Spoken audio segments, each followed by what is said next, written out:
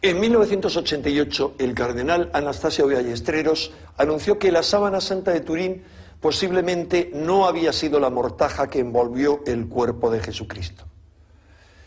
La datación de la sábana santa mediante el carbono 14 había demostrado que esa tela probablemente había sido tejida durante un periodo en torno al año 1300 de nuestra era. Sin embargo, 16 años después de esa declaración, está más viva que nunca la polémica sobre si la sábana santa es auténtica o se trata tan solo de una falsificación. Como veremos en este documental, la datación de la síndone mediante el carbono 14 plantea demasiadas dudas. No solo por lo discutible que resulta la fiabilidad de este método arqueológico de datación, sino sobre todo porque estos resultados no resultan compatibles con las investigaciones que han realizado muchos científicos con respecto a la autenticidad de esta tela que conocemos como la sábana santa. Además, si se tratase de una falsificación, ¿quién pudo ser el genial creador de una obra de arte que resultaba imposible de realizar en aquella época? La figura que aparece en esta tela es, en realidad, un negativo fotográfico. Aún más, proyecta una imagen tridimensional que solo pudo ser fabricada utilizando técnicas avanzadas que solo en estos momentos estamos en condiciones de emplear. Eso en el caso de que hubiera sido un fraude. Pero nadie fue consciente de que se trataba de un negativo fotográfico durante 5 largos siglos, desde que comenzó a hablarse de esta reliquia en 1357. Pero hace poco más de un siglo, el fotógrafo italiano Secondo Pia realizó el primer negativo fotográfico de la sábana santa y entonces descubrió que se trataba de la clara imagen de un hombre crucificado. La figura que había dejado su impronta en esa tela correspondía a una persona de 1,75 m de estatura y presentaba heridas que habían sido producidas por una cruel flagelación, por una crucifixión y por una corona de espinas. El escritor británico Ian Wilson ha escrito varios libros sobre el Santo Sudario y está considerado como uno de los máximos expertos en esta materia, tanto por los partidarios de la síndone como por sus adversarios. A lo largo de este documental, Ian Wilson nos detalla su amplia investigación en torno a todos los estudios científicos que se han realizado sobre la sábana santa. Nos descubre los fascinantes indicios de la existencia de la síndone muchos siglos antes de que se produjese la supuesta falsificación de la misma. Y sigue pacientemente el rastro de la sábana santa a través de Israel, Turquía y otra serie de países hasta llegar a Italia. ¿Se trata de un fraude o bien es el resultado de una misteriosa radiación emitida por el cuerpo de Jesús durante ese proceso que conocemos como su resurrección? Aunque yo me incline por esta última posibilidad, juzguen ustedes mismos tras examinar las evidencias que les ofrecemos.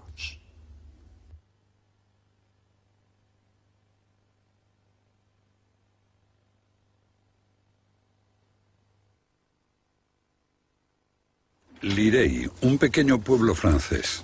Estamos en el centro de un misterio que desconcierta a la ciencia moderna y de una acalorada controversia.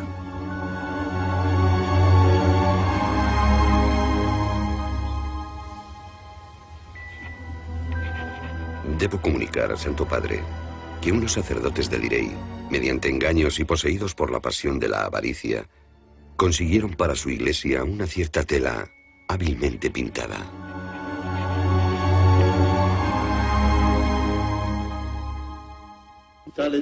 El documento firmado por los especialistas precisa con una fiabilidad del 95% que la síndone debe datarse entre 1260 y 1390 después de Cristo. Por lo que, con ingeniosa habilidad manual, fabricaron falsamente un retrato parecido al de nuestro Salvador Jesucristo, mientras yace en su tumba, esperando la resurrección.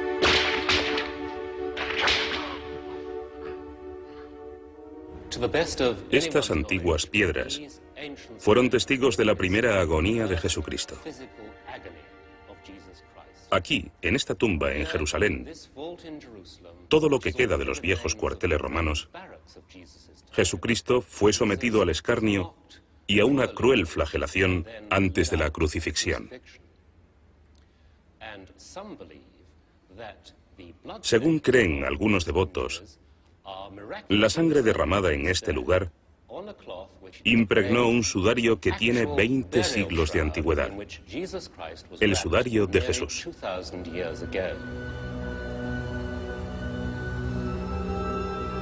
Ian Wilson, escritor. Su obra, traducida a muchas lenguas, se ha ganado el reconocimiento tanto de partidarios como de adversarios debido a la seriedad de su investigación sobre el enigma del sudario.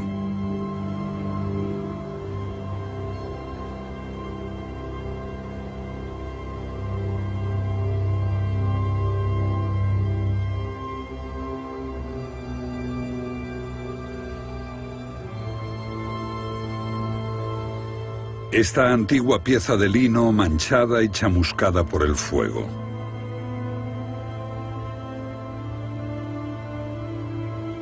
En ella se ve una tenue imagen, pero presenta suficientes detalles para convencer a los peregrinos de que están ante el sudario de Jesucristo. Manchas de sangre asociadas a unos pies clavados y a manos clavadas, una herida en el costado, un goteo de sangre que pudo ser causado por una corona de espinas y la espalda marcada por una brutal flagelación. Pero lo más convincente de todo es la expresión dramática del rostro descansando al final de tanto dolor.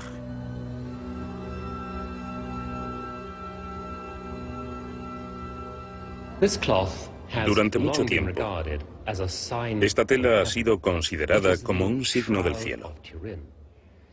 Es la sábana santa.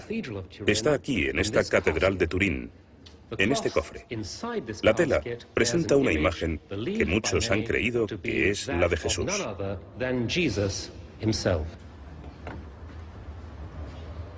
Un objeto de piedad que durante décadas fue sometido a investigaciones por parte de especialistas de todo el mundo. Lo que descubrieron fue más extraño que lo que cualquiera pudiera esperar antes de la investigación. La mayoría de estos hallazgos confirmaba la autenticidad del sudario. Hasta octubre de 1988, cuando el método del carbono 14 deshizo la magia de la sábana. El veredicto fue que era un fraude, una hábil falsificación sobre la cual un obispo medieval había advertido ya al Papa. Los científicos implicados en la prueba de datación dedicaron mordaces epitafios a los que aún creían que la sábana era auténtica. Hay, sin duda, gente que todavía cree que la Tierra es plana. Por supuesto, ninguna persona inteligente les hace caso. Estoy seguro de que con respecto a la sábana también hay ignorantes. Absolutamente, estoy 100% convencido. El veredicto de la ciencia provoca consternación entre los creyentes en la sábana e incluso enfado. Acusan al jefe de la investigación, el profesor de Oxford Edward Tait, de un complot contra la reliquia, de manipular los resultados del carbono 14 y de fraude. Muchos escritores están irritados con Tait y con sus métodos de investigación, la técnica del carbono que data la materia orgánica midiendo cuánta radiactividad ha perdido.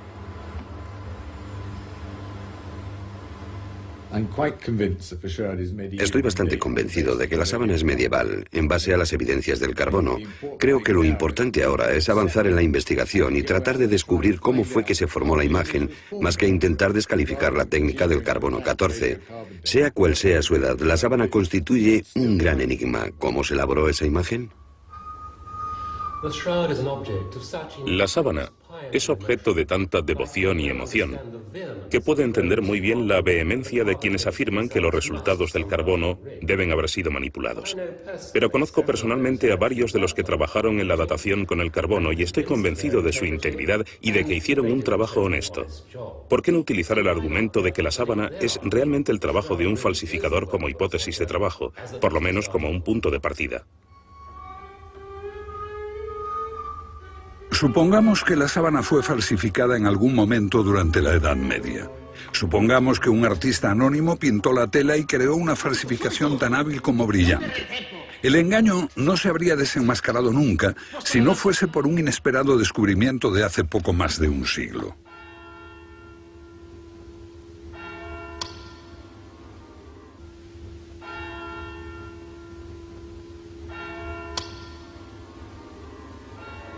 «1898. Un tiempo de progresos científicos que no deja lugar para la superstición. En todas partes, el frío escrutinio de la ciencia descubre la falsedad de las antiguas reliquias. La sábana ya no atrae a multitudes.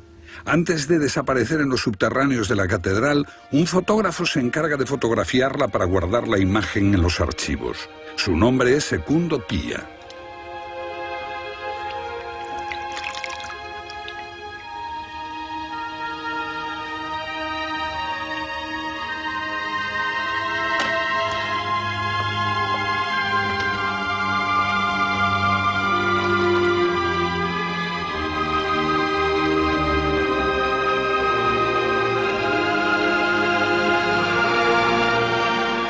Secundo Pia descubre que la imagen de la sábana apenas visible destaca muy claramente en el negativo fotográfico.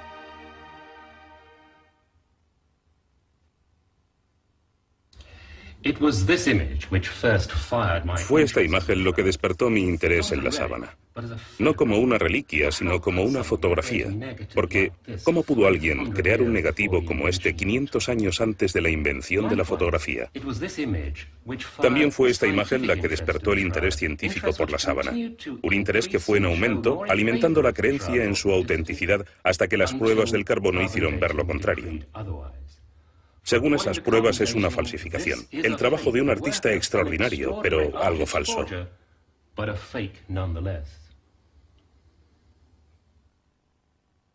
Isabel Pichek abandonó Hungría a los 30 años. A los 40 pintó su primer gran mural en el Vaticano. Ahora es una de las artistas más famosas de Estados Unidos. También ha investigado la sábana como una posible falsificación. En este caso, tenemos detrás un genio misterioso, un artista. Yo pienso que ya que fue un artista, el supuesto autor de esta obra, debe ser otro artista el que trate de aclarar si es posible o no crear artificialmente la sábana santa de Turín.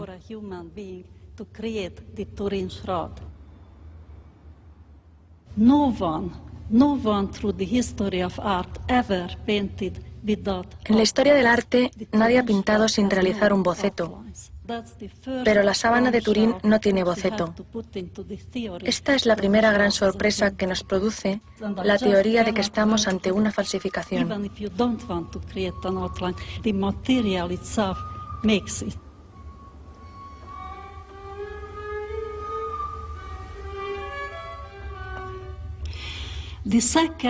La segunda gran sorpresa que surge cuando se acepta la teoría de que la sábana santa de Turín es una pintura, surge del cuerpo de Cristo que aparece en la sábana.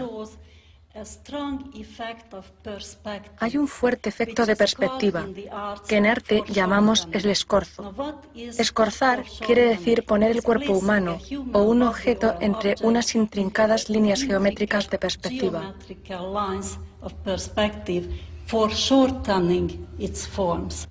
Parece que el cuerpo descansa plano con las manos cubriendo pudorosamente los genitales, pero para eso los brazos tendrían que ser demasiado largos.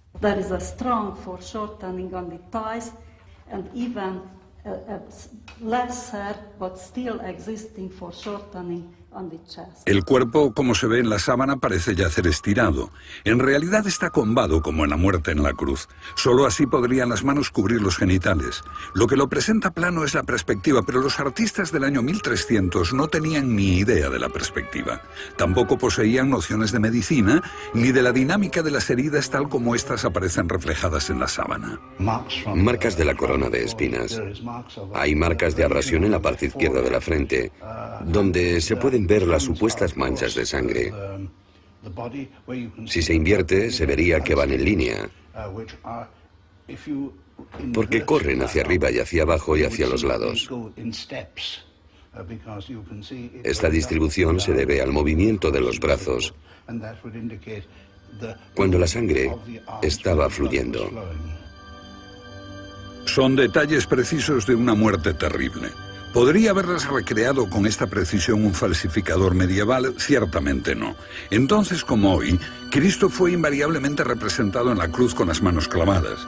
Solo en nuestros días hemos conocido los detalles de una crucifixión como las que practicaban los romanos. Las manos no pueden soportar el peso de un cuerpo. La crucifixión se hacía clavando las muñecas, tocando un nervio que afecta al pulgar.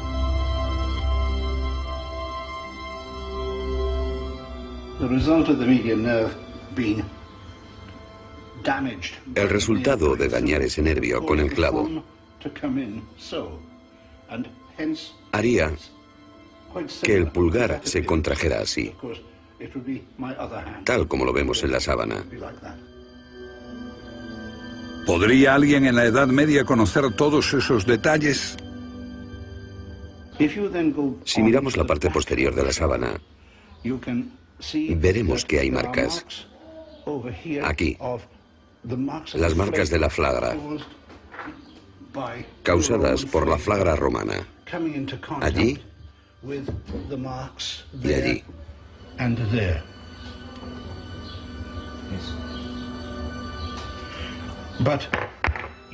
Cuando una persona era llevada a la crucifixión, tendría que caminar cargando el madero de la cruz entre los brazos. Si eran diestros, irían por aquí. Y si les empujo para hacerlos trastabillar, caerían sobre la rodilla izquierda y sobre el lado izquierdo de la frente, en esa posición. Y si volvemos a las fotografías de la imagen, veremos que hay una abrasión en la rodilla izquierda, la abrasión de la frente y el ángulo de las abrasiones del raspado en la espalda.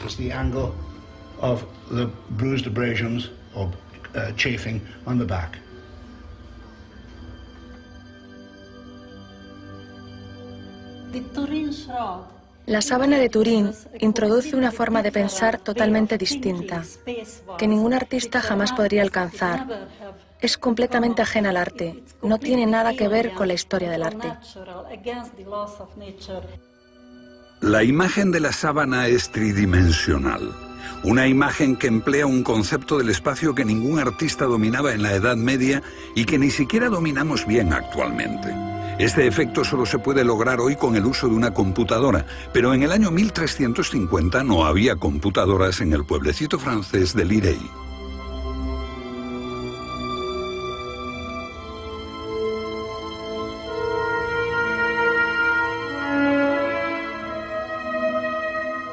Lirey, Francia, una modesta iglesia y un puñado de casas, muchas de ellas desiertas. Crucé este puente por primera vez hace unos 5 años y ahora está más ruinoso que entonces. Pero a mi espalda hubo una casa fortificada o castillo que pertenecía al caballero local Geoffrey de Charny. Vivió en torno al 1350 y de pronto apareció como el primer propietario conocido de la más enigmática de todas las reliquias. Si a de Charny se le ocurrió la falsificación, esta tuvo que ser la obra de un genio sin parangón en la historia. No se ha encontrado pintura ni descubierto la forma en que se conservó la imagen. Experimentos modernos, realizados con cuerpos untados con sudor y sangre, solo produjeron manchas y borrones. Hay tantas falsificaciones medievales, pero ¿podría este caballero haber accedido a tantos conocimientos secretos y tan avanzados que solo hoy estamos empezando a entenderlos correctamente? ¿Conseguir la tercera dimensión, el negativo oculto? Porque debería haber tenido todos esos conocimientos. Pero ¿para qué tomarse tanto trabajo? Estamos hablando de una época en la que podías coger un viejo trozo de hueso, decir que era el dedo de Juan el Bautista y ya tenías una reliquia. La sábana es demasiado compleja para explicarla como creación de una falsa reliquia, y para que el enigma sea todavía mayor tenemos esta tela. Jamás se pensó en hacer una falsificación. Esta es una copia exacta de la síndone, pero sin borrones ni manchas, salvo estos extraños agujeros que se pueden ver hoy en la sábana. La tela contiene información reveladora. Entre otras cosas, sufrió un terrible accidente que estropeó para siempre la sábana original. La reliquia se salvó de un incendio por poco, pero algunas gotas de plata derretida dañaron la sábana que estaba dentro de un relicario de plata. El fuego explica las quemaduras que se observan hoy. Esta copia de la sábana es de 1516, antes del incendio de 1532. Y como podemos ver, no hay ninguna quemadura, pero tiene marcas que son anteriores y revelan otro daño mucho más antiguo. Estas huellas se mencionan en un manuscrito proveniente de Hungría y fechado en el año 1192.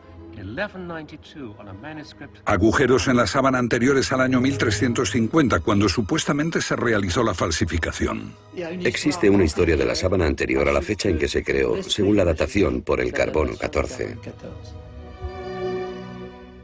El manuscrito de la plegaria en Budapest. Su artista dibuja a Cristo muerto con 4 dedos, como en la sábana.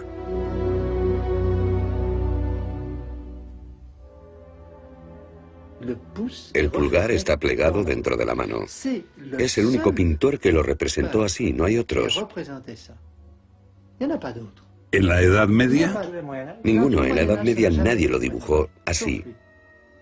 Solo él.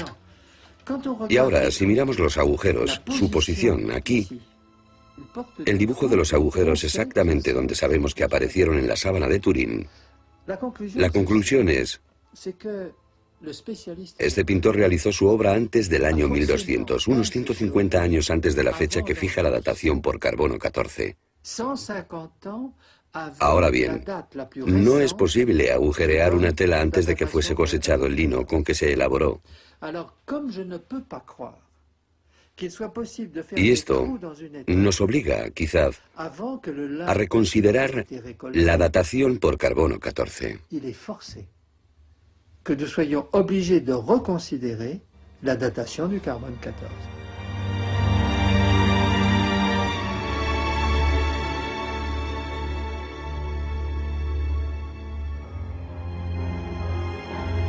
Huellas en el fondo de la historia. El norteamericano Alan Wanyor ha llevado a cabo un estudio especial. Advertimos que este cofre cuadrado, que está justo ante nuestros ojos, tiene una V colgando.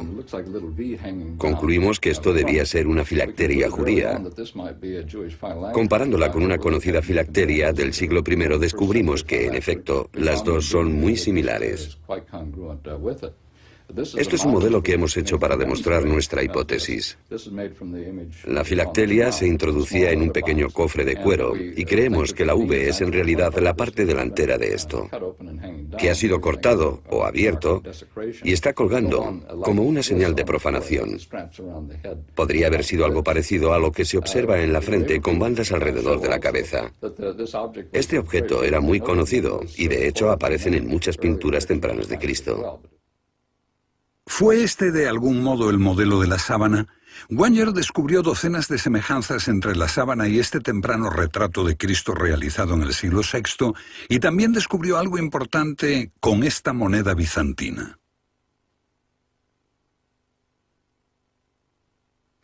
Se observa algo muy llamativo bajo el collar, que como vemos coincide exactamente con un pliegue de la sábana y que está incorporado aquí.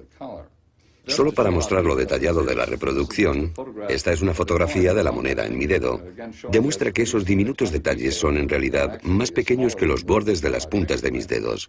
Eso indicaría que el tallador estaba produciendo un icono numismático mientras miraba directamente la imagen de la sábana. Hay alrededor de 145 puntos de concordancia entre esta pequeña imagen y la sábana.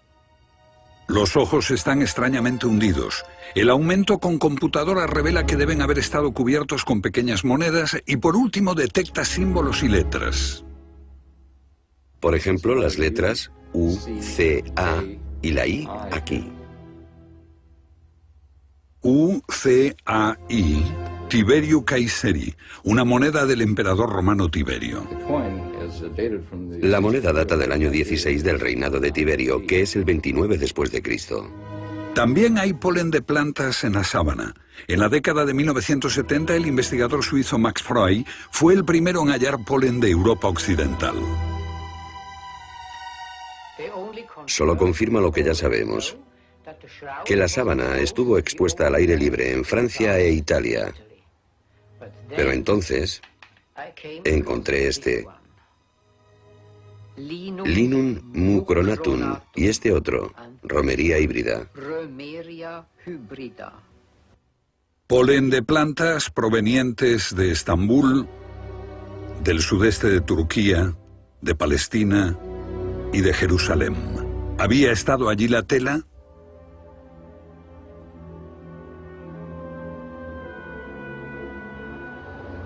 Si admitimos que la sábana no es una falsificación, que es auténtica, entonces el gran enigma es ¿por qué se descubrió tan tarde? ¿Por qué durante 1300 años nadie escribió nada sobre ella? No hay rastros hasta que de pronto aparece en Lirey, Francia.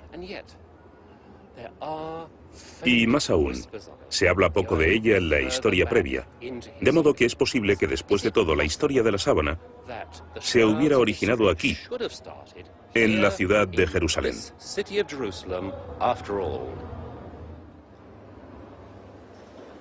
La iglesia del Santo Sepulcro, el sitio tradicional de la tumba donde estuvo Jesús envuelto en esta sábana esperando su resurrección.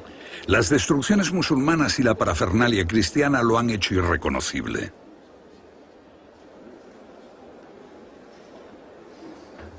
Probablemente no es la verdadera tumba donde fue enterrado Jesús, pero nos da una clara idea de cómo debió haber sido aquella.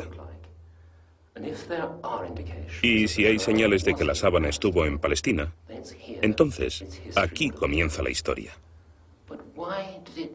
Pero ¿por qué no apareció desde el principio? Naturalmente, los apóstoles deberían haber querido conservar algo tan íntimamente asociado con Jesús. Pero dado que tiene una imagen humana que quebrantaba la ley judía, la misma ley que consideraba impura cualquier cosa que hubiera estado en contacto con un cadáver. Pero si de verdad la historia de la sábana se inicia aquí, ¿qué pasó con ella? Existe una antigua tradición que puede aproximarnos a la solución de este enigma.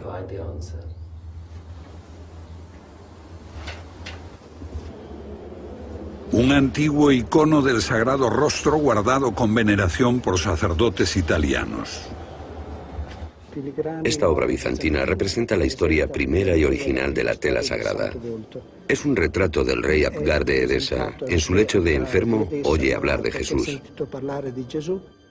Abgar, rey de Edesa, envía un mensajero a pedir la ayuda de Jesús. Este les da una tela que milagrosamente cura al rey Abgar. Esta es la famosa tela de Edesa, la tela de la que todos los historiadores hablan, especialmente los historiadores de las iglesias de Oriente, griegas y armenias.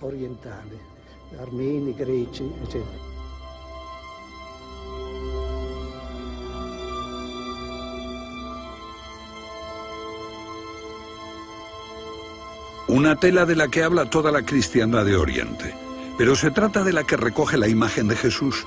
Pudo haber sido enviada la sábana a un rey de la lejana Edesa en los días de Jesús. La ciudad turca de Urfa. Los primeros seguidores de Jesús llegaron aquí cuando reinaba Abgar.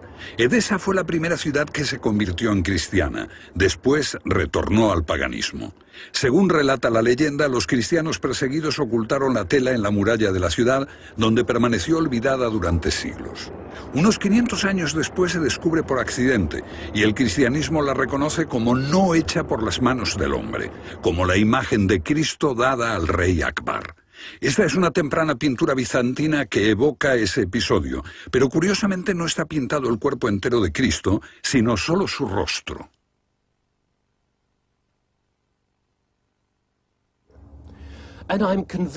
Yo estoy convencido de que aquí está la clave de por qué no hay ningún registro de la sábana en los primeros 13 siglos.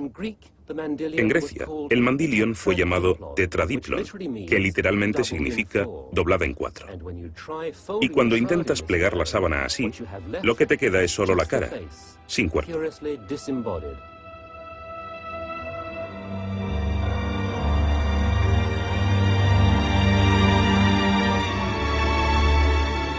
¿Acaso fue plegada para disimular que era una mortaja? Se empezó a conocer en todo Oriente como el Mandilion, la reliquia sagrada de la cristiandad oriental.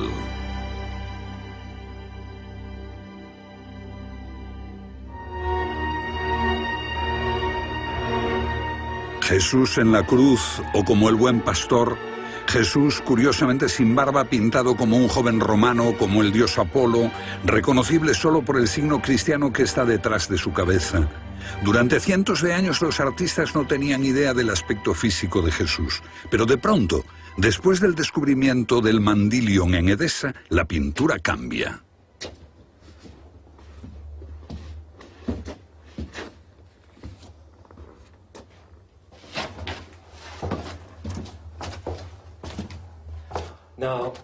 Este fresco es absolutamente fascinante.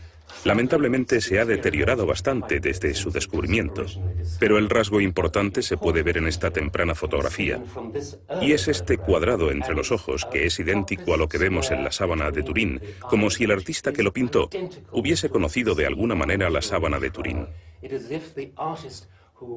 Sorprendentemente, vemos aparecer esta especie de retrato en el siglo VI y VII y comienza a extenderse por toda Europa. Y este tema parece derivar de la imagen de Edesa. Larga cabellera oscura, partida por el medio, el ceño, las cejas alzadas, nariz larga. El mundo parece descubrir entonces el aspecto de Jesús. Un modelo que se mantiene hasta hoy, pero que aparece repentinamente en el siglo VI cuando se descubre el Mandilion en Edesa.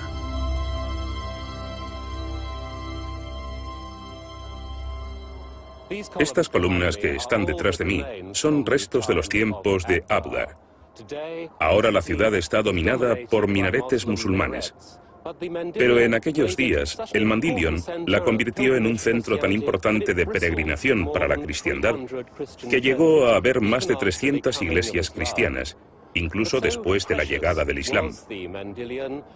Tan apreciado era el Mandilion que en torno al año 1000 después de Cristo, un ejército bizantino llegó hasta las puertas de la ciudad y prometieron perdonar y liberar a los musulmanes cautivos y pagar una gran suma de dinero solo a cambio de la más preciada de las reliquias, el Mandilion. El ejército bizantino interrumpió su ofensiva con el único propósito de liberar al Mandilion de los musulmanes que ocupaban Edesa. Después fue llevado a Constantinopla, corazón y capital del Imperio Cristiano de Oriente.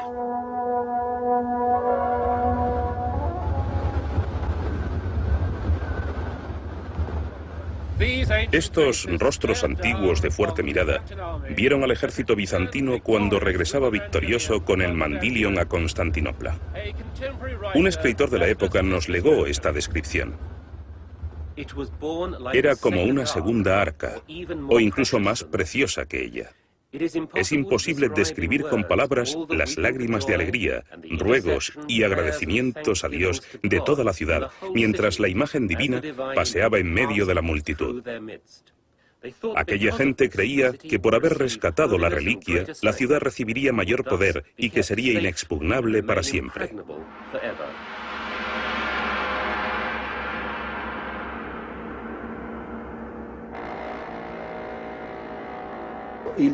La gente creía que solo existía un rostro, porque esta tela de Edesa había estado doblada en 4. Era un tetradiplón. Se había recurrido a esta fórmula para que la imagen no fuese considerada un ídolo pagano, los cuales eran representados de cuerpo entero. Pero en la noche del 17 de agosto de 944, un monje que fue testigo de la llegada de la imagen escribió acerca del rostro y de la parte superior del cuerpo. Y tenemos otro testimonio. En esta descripción se dice claramente que la imagen de Edesa incluye el cuerpo entero de Cristo.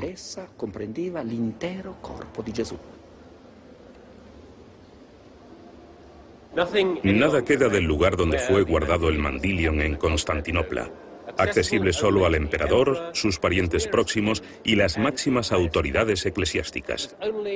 Solo en momentos de extremo peligro era expuesto ante el pueblo para darles confianza en la protección divina. En algún momento se mostró desplegada, con la figura totalmente visible. Un soldado francés que la vio nos ofrece esta descripción. Una tela desplegada para que la gente viese la figura completa de nuestro Salvador. La palabra francesa que el cruzado Robert de Clary utiliza para el mandilión es síndone, sudario.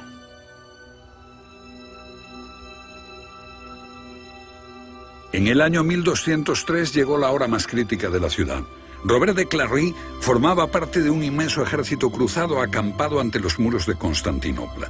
Los cruzados atacaron la ciudad, la saquearon y asesinaron en masa a sus habitantes. Aquel fue un golpe del que jamás se recuperó.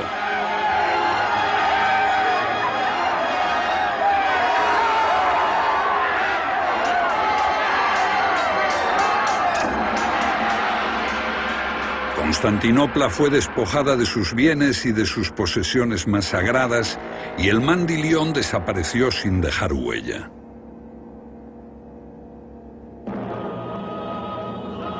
Mientras el imperio cae, los cruzados llevan el botín a Francia. ¿Acaso el mandilión formaba parte de este botín?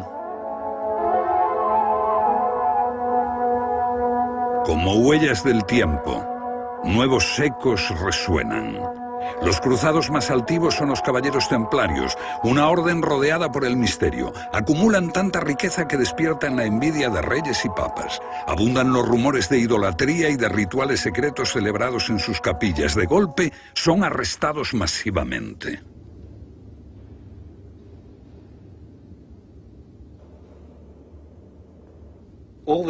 Los templarios niegan la idolatría, pero en sus confesiones arrancadas bajo tortura lo admiten.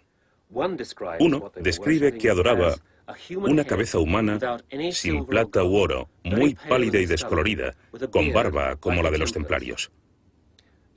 Otro dice, la cabeza tenía 4 pies, 2 delante y 2 detrás. ¿Intentaban describir con estas forzadas confesiones el mandilion o la sábana santa? Iba yo a coger algo de leña en el cobertizo. Entonces, de pronto, vi parte de esta cara. La cara que los caballeros templarios adoraban. La vieja señora Drew en Templecombe, Inglaterra, descubrió la única imagen que ha llegado hasta nosotros.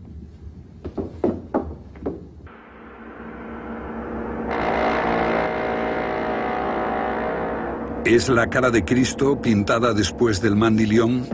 Ni siquiera bajo tortura ni en la hoguera, los templarios confesaron a quién pertenecía o qué representaba la imagen que adoraban. Los 2 máximos líderes ejecutados fueron Jacques de Molay y su segundo, Geoffrey de Charnay. Geoffrey de Charnay, su nombre es muy parecido al del misterioso caballero que descubrió la sábana.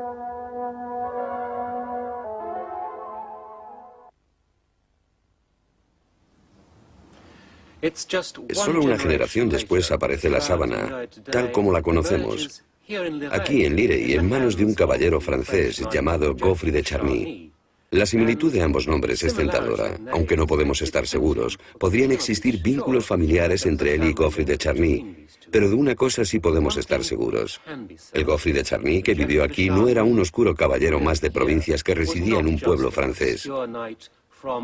Era alguien muy importante. Estaba relacionado con duques y reyes a través de su esposa. Su prestigio era considerable.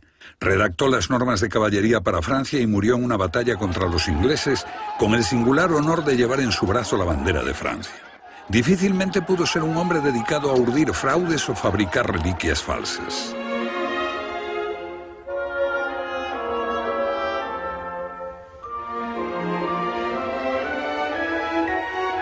La sábana es de alrededor del año 1300. Por lo menos según la prueba del carbono 14, un método que mide la edad de la materia orgánica mediante la radiactividad de este isótopo del carbono. Pero ¿es posible que algo haya influido en las pruebas?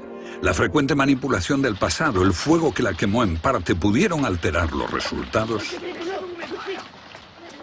No veo el modo en que eso pudiese haber afectado a la radiactividad. ¿Podría haber afectado el resultado de la prueba del carbono?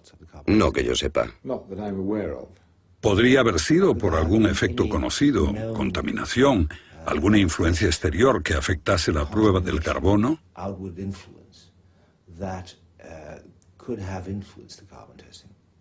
No, que yo sepa. ¿Cómo puede estar tan seguro?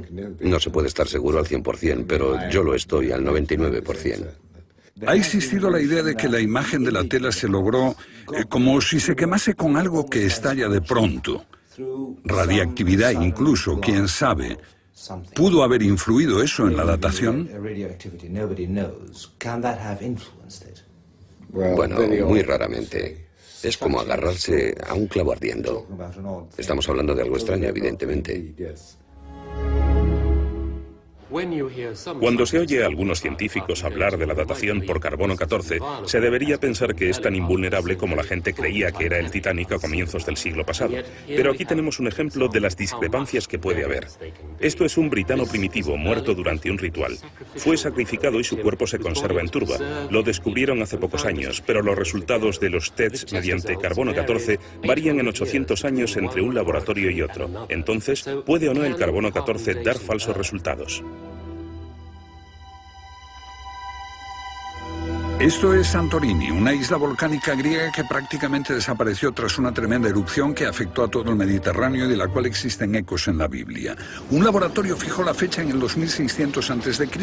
y otro en el 1100 a.C. Son 1500 años de diferencia. Así que la prueba del carbono 14 dista mucho de permitirnos datar con seguridad un objeto porque el margen de error es demasiado grande. Esta momia se encuentra en el Museo de Manchester. Un laboratorio hizo el sorprendente cálculo de que los huesos eran 1000 años más antiguos que la tela en que estaban envueltos. Un joven especialista ruso, ganador del premio Lenin, que realizó estudios en su laboratorio de Moscú, cree que la prueba del carbono puede inducir a errores, sobre todo si se trata de datar una tela de lino. El lino textil contiene celulosa. Esta molécula específica contiene mucho más carbono 14 y carbono 13 que la planta.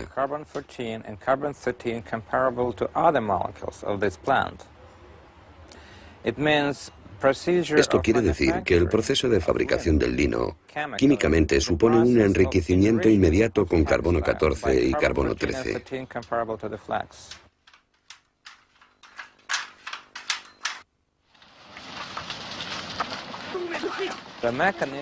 El mecanismo de fuego del que depende la contaminación del lino es una forma muy importante y significativa de enriquecimiento de la tela de lino, no solo por el carbón, sino sobre todo por el carbono radiactivo. Obviamente habría tenido un impacto muy esencial en cualquier cálculo de datación basado en estimaciones del carbono 13 y 14 que contuviese la tela. Tenemos información suficiente como para justificar de sobra el escepticismo respecto a las conclusiones sobre la datación de la sábana publicadas en Nature en 1989. Y creemos, por los experimentos que hemos realizado y nuestros conocimientos, que la verdadera edad de esta reliquia es anterior al año 1390, que le concedió la prueba de datación.